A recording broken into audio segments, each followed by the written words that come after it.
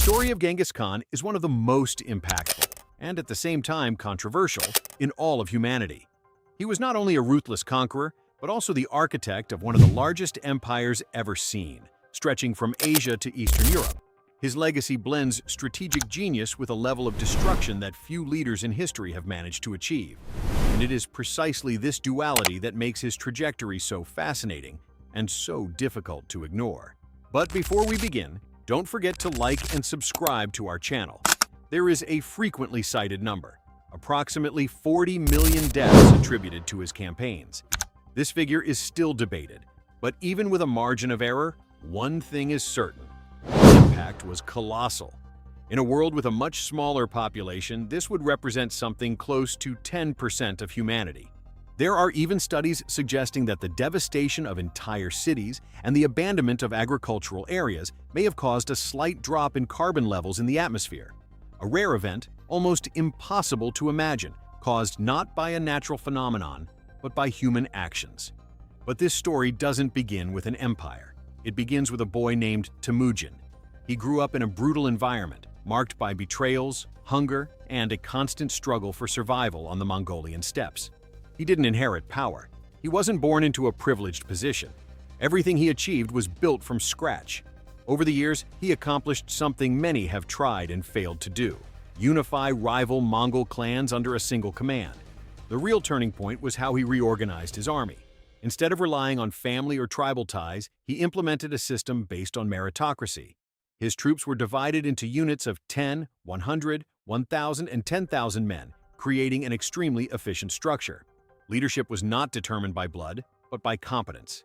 This created a highly disciplined, coordinated, and virtually unbeatable military force by the standards of the time. On the battlefield, their tactics were revolutionary. Their warriors, primarily mounted archers, moved with astonishing speed. They feigned retreats to lure enemies, broke through larger formations, and used fear as a strategic weapon. Many cities surrendered simply upon hearing that the Mongols were approaching. This was no exaggeration. Resistance often meant total destruction. One of the most striking examples was the campaign against the Khwarezmian Empire. After the execution of Mongol emissaries, the response was devastating. Cities like Samarkand and Bukhara were razed to the ground. This pattern repeated itself. Any resistance was crushed without mercy. It was a system of warfare that left no room for error or for second chances. But there is a less discussed side to this story. Despite his brutality, Genghis Khan was also an extremely efficient administrator. He established a set of laws known as yasa, which organized society, protected merchants and messengers, and even guaranteed religious freedom, something rare in that period. He incorporated conquered peoples into the empire, taking advantage of their skills and knowledge. Under his rule, a period known as Pax Mongolica. During this time, vast regions of Eurasia experienced relative stability. The Silk Road flourished, ideas circulated, technologies were shared, and different cultures began to interact with unprecedented intensity. And then, at the height of his power, he died. The cause of his death remains a mystery. Some accounts mention illness, others suggest battle wounds. There are reports of a fall from a horse, and even more legendary stories. No explanation has been confirmed, but what happened next is even more intriguing. His death was kept secret. His own men concealed the information to avoid instability during military campaigns. His body was taken back to Mongolia under absolute secrecy. And this is where one of history's greatest mysteries begins. Genghis Khan's tomb has never been found. Historical accounts and legends suggest that the site was extremely well hidden. There are stories that all those involved in the burial were killed to ensure secrecy. Horses were allegedly used to erase any trace in the ground. Some accounts even mention rivers being diverted to cover up the site. For over 800 years, explorers, historians, and archaeologists have tried to find this tomb. No attempt has been conclusive, and that keeps the mystery alive. We are talking about one of the most influential men in history, whose resting place has simply vanished. This effort to conceal the tomb was extraordinary. The terrain would have been completely altered, with thousands of horses trampling the area to eliminate any trace. Over time, nature did the rest, further erasing the signs. One of the regions most closely associated with the possible burial site is known as Korig, or Great Tabu, near Mount Birken, Khaldun. This area, considered sacred, has been protected for centuries. Guardians known as Dark They patrolled the region, preventing any invasion and maintaining ancestral rituals. Local legends add even more mystery. Some say that rivers were diverted to pass over the tomb. Others claim that trees were planted en masse to camouflage the terrain.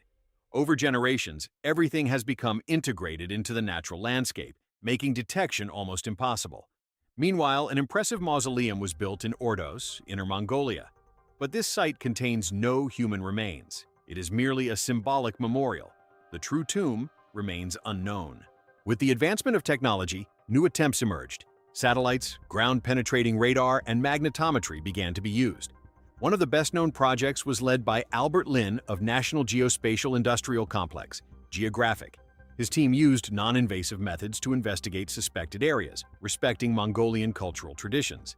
They identified several anomalies in the soil, possibly underground structures, but no definitive confirmation was reached.